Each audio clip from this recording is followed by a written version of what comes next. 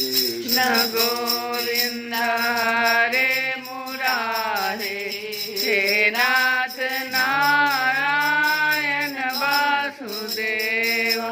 श्री कृष्ण गोविंद हरे मुरारे, हे नाथ नारायण वासुदेव।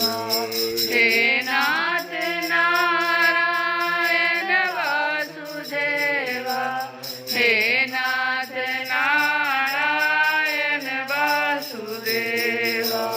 हे नाथ नारायण वासुदेव, हे नाथ नारायण वासुदेव। श्री कृष्ण गोविंद हरे मुरारे, हे नाथ नारायण वासुदेव। हरे राम राम राम हरे हरे, हरे कृष्ण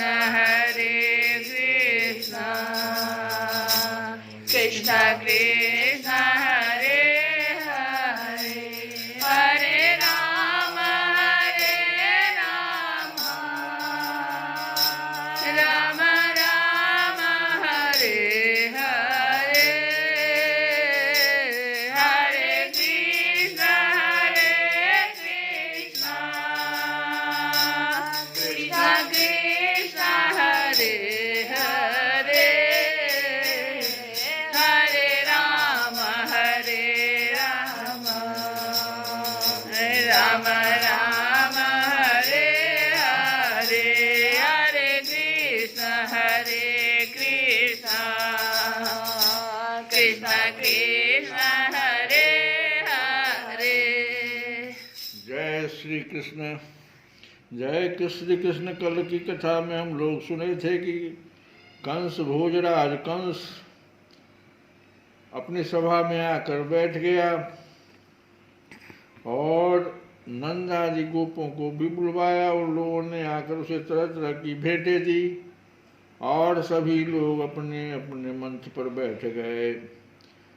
श्री सुखदेव जी कहते हैं कि काम क्रोध आदि शत्रुओं को पराजित करने वाले परीक्षित कौन है? जो काम और क्रोध आदि शत्रुओं को पराजित कर चुके हैं। अब श्री कृष्ण और बलराम भी स्नान आदि से नित्य कर्म से निवृत्त हो दंगल के अनुरूप नगारे की ध्वनि सुनकर रंगभूमि देखने के लिए चल पड़े। भगवान श्री कृष्ण ने रंगभूमि के दरवाजे पर पहुंचकर देखा कि वहां महावत की प्रेरणा से कुबलया पीर नाम का हाथी खड़ा है। कुबलया पीर।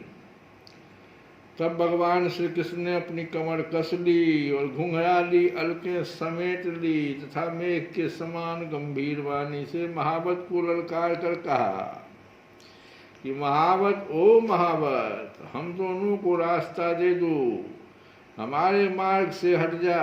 अरे सुनता नहीं, देर मत कर, नहीं तो मैं हाथी के साथ अभी तुझे यमराज के घर पहुंचाता हूं। भगवान श्री कृष्ण ने महावत को जब इस प्रकार धमकाया तो वह क्रोध से तिलमिला उठा और उसने काल, मृत्यु तथा यमराज के समान अत्यंत भयंकर कुबलया पीर को अंकुश की मार से क्रुद्ध करके श्री कृष्ण की ओर बढ़ाया। कुबलया पीर ने भगवान की ओर झपट कर उन्हें बड़ी तेजी से मुंह में सूंड में लपेट लिया, परंतु भगवान सूंड से बाहर सरक आए और उसे एक घूंसा जमाकर उसके पैरों के बीच में जा छिपे। उन्हें अपने सामने न देखकर कुबलया पीर को बड़ा क्रोध हुआ। उसने सूंघ कर भगवान को अपने सूंड से टटोल लिया और पकड़ा भी, परंतु उन्होंने बलपूर्वक अपने को उससे छुड़ा लिया। इसके बाद भगवान उस बलवान हाथी की पूंछ पकड़कर खेल खेल में ही उसे 100 हाथ तक पीछे घसीट लाए, जैसे गरुड़ सांप को घसीट लाते हैं। जिस प्रकार घूमते हुए बछड़े के साथ बालक घूमता है, अथवा स्वयं भगवान श्री कृष्ण जिस प्रकार बछड़ों से खेलते थे, वैसे ही वे उसकी पूंछ पकड़कर उसे घुमाने और उसे खेलने लगे। जब वह दाएं से घूमकर उनको पकड़ना चाहता तो वे बाएं आ जाते, और जब वह बाएं की ओर घूमता तो वे दाएं घूम जाते। इसके बाद हाथी के सामने आकर उन्होंने उसे घूंसा जमाया और वे उसे गिराने के लिए इस प्रकार उसके सामने से भागने लगे मानो वह अब छू लेता है, तब छू लेता है, अब छू लेता है, तब छू लेता है। भगवान श्री कृष्ण ने दौड़ते दौड़ते एक बार खेल खेल में ही पृथ्वी पर गिरने का अभिनय किया और झट वहां से उठकर भाग खड़े हुए। उस समय वह हाथी क्रोध से जल भुन रहा था। उसने समझा कि वे गिर पड़े और बड़े जोर से अपने दोनों दांत धरती पर मारा।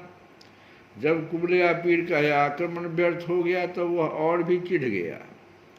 महावतों की प्रेरणा से वो क्रुद्ध होकर भगवान श्री कृष्ण पर टूट पड़ा।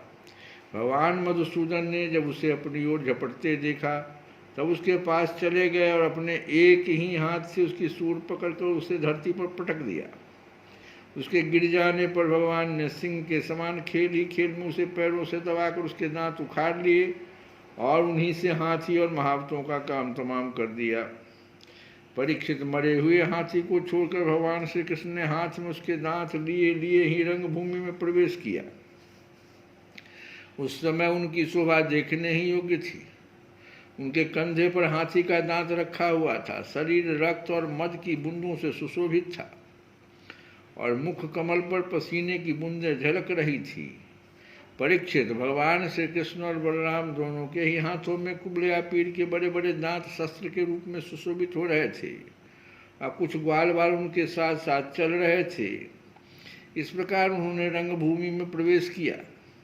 जिस समय भगवान श्री कृष्ण बलराम जी के साथ रंगभूमि में पधारे उस समय वे पहलवानों को वज्र कठोर शरीर, साधारण मनुष्यों को नर रत्न, स्त्रियों को मूर्तिमान कामदेव, गोपों को स्वजन, दुष्ट राजाओं को दंड देने वाले शासक, माता पिता के समान बड़े बूढ़ों को शिशु, कंस को मृत्यु, अज्ञानियों को विराट, योगियों को परम तत्व और भक्त शिरोमणि वृष्णि वंशियों को अपने इष्ट देव जान पड़े।